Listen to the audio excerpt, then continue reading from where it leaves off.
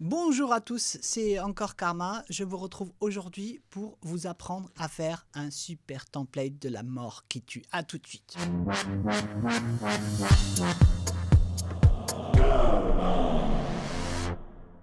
Alors avant de continuer, évidemment, je vous invite à souscrire à ma chaîne et à activer les notifications pour être au courant des prochains tutos.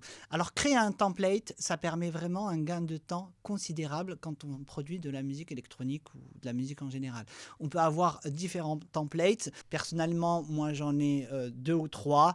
J'ai un de production musicale, un de mastering et enfin un quand je veux faire des enregistrements d'instruments ou de chanteurs. Alors aujourd'hui, on va parler de template de production musicale et je vais vous présenter le mien. Voici le template de base que j'ouvre à chaque fois avant de commencer un morceau. J'ai décidé de séparer mes instruments en plusieurs groupes.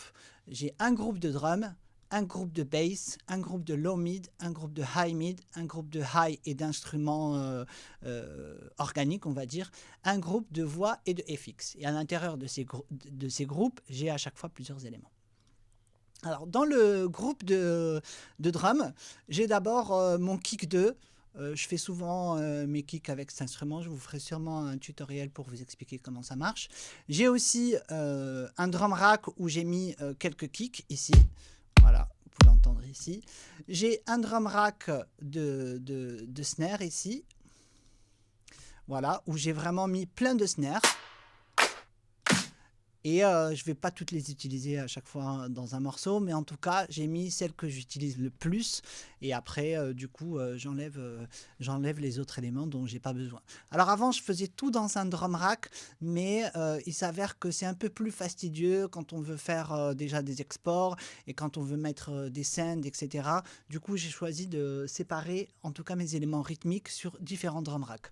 Ici aussi, j'ai les CHH, du coup les cymbales fermées, et tout ce qui est shaker, en tout cas tout ce qui est instrument métallique court. J'ai tout ce qui est Charlie ouvert et ride, ici sur celui-là. Voilà, plus ouvert avec des rides, etc. Et j'ai aussi un drum rack de percussion. Du coup, j'ai écrit de base une ligne de drum qui est, parce que je vais toujours utiliser le même pattern de kick, souvent quand même, et un pattern de snare et un pattern de CHH et de OHH, parce que c'est des éléments que je vais forcément utiliser. Et c'est vrai que dans la musique, l'idée, pour être efficace, c'est d'optimiser son temps de travail et d'optimiser surtout les petites actions qu'on fait très souvent et qui nous font perdre à chaque fois un peu de temps, en fait. Du coup, dans mon drum rack, j'ai aussi mis un audio effect rack qu'on va voir ici. Voilà, hop. Voilà, j'ai mis un equalo qui n'est pas activé, un compresseur, un glue compresseur, un saturator et un limiteur. Voilà, c'est des choses que je vais forcément utiliser à chaque fois.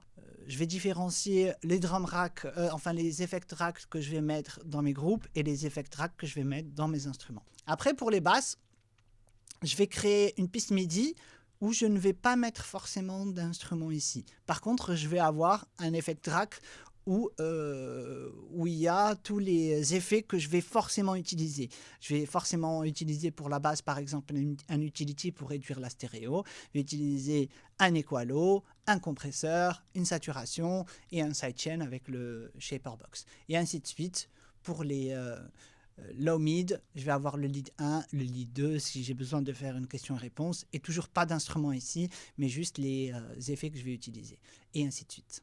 Voilà. Et pour enfin mes retours, alors je vous suggère de ne pas faire trop de pistes de retour. Moi j'en utilise 6, c'est suffisant vraiment.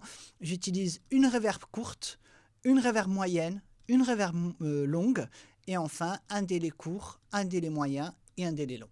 De cette manière, ça me permet d'avoir vraiment mes scènes qui sont d'emblée disponibles et je vais pouvoir être beaucoup plus efficace pour produire et aussi avoir un routing qui est toujours le même et qui va me permettre d'être efficace et d'aller. J'espère que ce tuto vous a plu. Il était assez court, mais en tout cas, il vous donne une idée sur comment organiser vos propres templates pour gagner du temps. Je vous dis à très bientôt. Si vous avez aimé, n'hésitez pas à souscrire à ma chaîne et à activer les notifications. Et surtout, si vous avez des suggestions ou des demandes particulières pour des tutos, n'hésitez pas à me mettre ça en commentaire. Je vous dis à bientôt. Ciao!